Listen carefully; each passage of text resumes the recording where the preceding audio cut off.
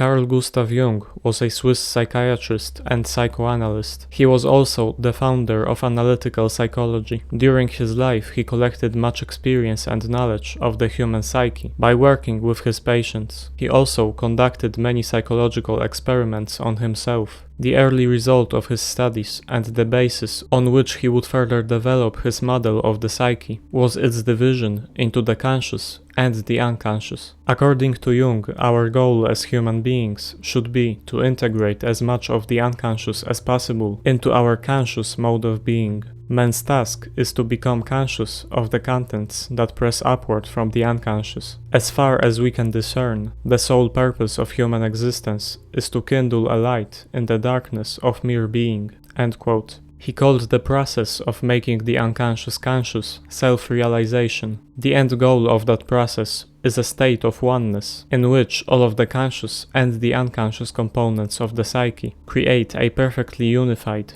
authentic, ultimate state of being. Interestingly enough, Zen Buddhism has that exact same ultimate goal in mind. The state of satori, which can be translated as comprehension, understanding, or simply enlightenment. Satori is the seeing into one's own nature. If you wish to seek the Buddha, you ought to see into your own nature, for this nature is the Buddha himself. If you have not seen into your own nature, what is the use of thinking of the Buddha, reciting the sutras, observing a fast, or keeping the precepts? If yourself is not yet clearly comprehended, you ought to see a wise teacher and get a thorough understanding as to the root of birth and death. One who has not seen into one's own nature is not to be called a wise teacher."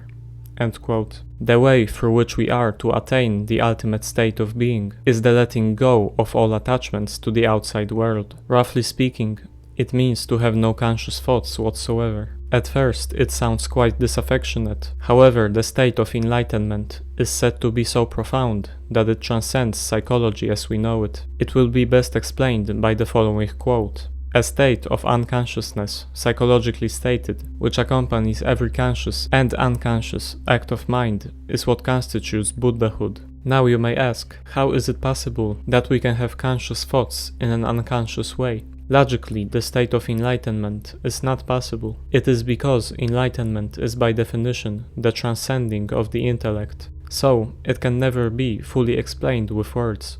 Zen teaches that the intellect and knowledge need to be put aside. Our continuous striving for knowledge makes us ask questions that can never be answered. Where did this world come from? What are we? What happens before life and after death? Thus, instead of making our lives better, it simply weighs us down. Life cannot wait until we complete a thorough analysis of reality. We need to live right now. We need to eat and sleep right this very moment, no matter if we truly understand what life is all about. And even if we do, the intellectual understanding of life will never be enough for us. It can never truly fulfill us. There will always be more knowledge that we can get. Thus, according to Buddhism, the intellect needs to be put aside, and something higher than knowledge needs to be incorporated in order to realize the truth of reality. That higher thing is the human psyche as a whole, the same entity that Carl Jung says is the key to unlocking the secrets of existence. Even though the psychology of Carl Jung states that we should aim to make ourselves conscious of our whole being, and Zen states that we should aim to make ourselves unconscious of our whole being, the two arrive at the same destination, which is the absolute unification of a man's psyche. They use different means of getting to that same end. This is Jung's model of the human psyche. On it we can see two main entities, the ego and the self. The ego is who we think we are. It is the way that we perceive ourselves through our conscious mind. The self, on the other hand, is who we really are. It is the fusion of all of the elements of our conscious and the unconscious. Self-actualization is the process of making the ego as close to the self as possible until the ego becomes the self. When that happens, one has achieved the ultimate goal of self-actualization and the ultimate state of humanity, according to Jung's psychology. This is the model of the human psyche,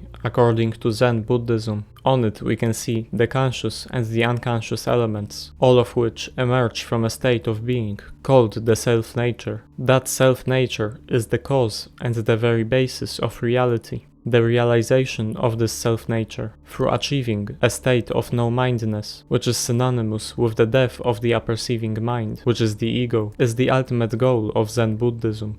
After this analysis, we can see that the two systems are not so different after all. Both of them are characterized by the division into the conscious and the unconscious. In both of them, there are two main factions that oppose each other, the ego and the self. Finally, the main goal of both Jung and Zen is fully embracing the self. Other than that, there are many similarities in the way that the two systems perceive reality. For instance, the notion that life is essentially a subjective experience. There is a well-known quote by Carl Jung: "This whole creation is essentially subjective, as the dream is the theater where the dreamer is at once scene, actor, prompter, stage manager, author, audience, and critic."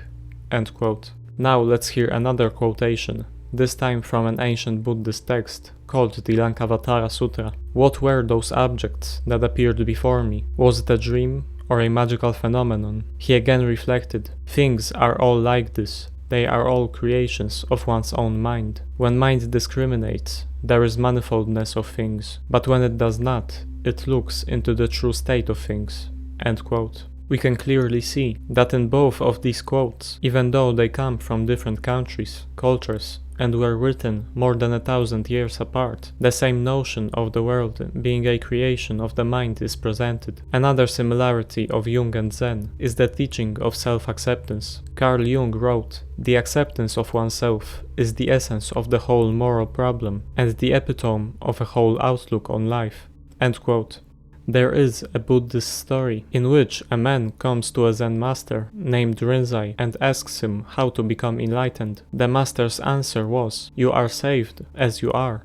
Obviously, these quotes are mere illustrations of how similar the psychology of Carl Jung and the teaching of Zen are. It makes perfect sense for them to be that way. After all, the sole purpose of both is exactly the same, getting at the self, which is the final fact of humanity. Now, what of it? Yes, the two are quite similar in the most profound notions that they present, but what of it? How can we use that information to make our lives better? First, let's focus on the one difference that we have found between them, namely, Jung advocates for us to make the unconscious part of our psyche conscious, while Zen advocates for us to make the conscious part of our psyche unconscious. At first, they seem to be two completely opposite directions that we can take, and if we consider the fact that both of them are supposed to help us achieve the same goal, which is embracing the self, we arrive at the logical conclusion that one of them, either Zen or Jung's model, is wrong. After all, we cannot possibly go in two opposing directions at the same time. However, that may not necessarily be true. In order to explain that, we need to ask ourselves, what is the self anyway? According to Jung, the self embraces ego consciousness, shadow, anima, and collective unconscious in indeterminable extension. As a totality, the self is a coincidentia oppositorum. It is therefore bright and dark, and yet neither. Alternatively, he stated that the self is the total, timeless man who stands for the mutual integration of conscious and unconscious. End quote. So, after all, the interpretation of Jung's psychology, in which being conscious of all elements of our psyche is synonymous with achieving the self, is wrong. Carl Jung presents the notion that we should strive to make the unconscious conscious in his book called Psychology and Religion, which came out in 1938. However, the passage I just quoted, in which Jung states that we should strive for the mutual integration of the conscious and unconscious, comes from the book Mysterium Conjunctionis, which came out in 1955. As we can see, during the 17 years between the publishing of the books, Jung's psychology has changed and developed from the notion that the conscious is greater than the unconscious to the notion that both of those are necessary and natural elements of the human psyche. As a totality, the self is a unity of opposites. It is therefore bright and dark, and yet neither. This is how Carl Jung describes the self in his more developed theory. This sounds extremely similar to the Zen Buddhist explanation of what the self is. What is the self? It is not to think of being and non-being. It is not to think of good and bad. It is not to think about having limits or not having limits. End quote. This quote presents a view similar to that of Carl Jung. The self is something beyond opposites. It is more than simply the state of consciousness or unconsciousness. It is, as said before, a unity of opposites, however strange that may sound. Our true nature as human beings and the true nature of reality is essentially a paradox. So, in order to make our lives better, first, we need to accept that fact. We need to accept that we may never be able to logically explain and fully understand reality. We may get tremendously frustrated because of that. After all, what both Zen Buddhism and Carl Jung want us to do is achieve something that is logically impossible. The goal of both systems is for us to fully know ourselves. However, the self is a contradiction, a fusion of two opposing forces, the conscious and the unconscious, existence and non-existence. How can existence and non-existence ultimately come from the same place, and in a sense be the same thing? The moment we find the answer to that question is the moment we can say that we truly know ourselves. Both Zen and Jung give us some tools that we can work with in order to get closer to the full truth about ourselves and reality. Carl Jung's method of getting closer to the self is shadow integration. The shadow are parts of ourselves that we negate and repress. Among them may be negative emotions like anger, sadness and frustration, our unrealized goals, aspirations and fantasies. Also, immoral and antisocial tendencies. They may not necessarily be negative. Things like the need for love and acceptance may be a part of your shadow as well. The shadow can be anything that we repress, are not entirely aware of, or don't accept about ourselves. The key is not necessarily to indulge in any of them, but become aware of them. When we get angry, when we feel pain, loneliness, hate, we must not repress them, but acknowledge them as parts of our true self. Obviously, that is just a part of what shadow integration is about. When it comes to Zen Buddhism and its practical way of looking into one's own self-nature, it is based on the koan system. Koans are short sayings. The aim is for a Zen disciple to try to understand the saying by employing all of the elements of his psyche until a state of fixation and complete oneness of thought is achieved. That state is fully explained in our video titled The Psychology of Being Enlightened. Carl Jung and Zen Buddhism present quite similar doctrines, even though at first it may not seem so. In both the systems, getting to fully know oneself is presented as the main goal we should strive towards. Even though they explain it in much different ways, the essence of both the teachings is the mastery and necessity of both the conscious and the unconscious mind.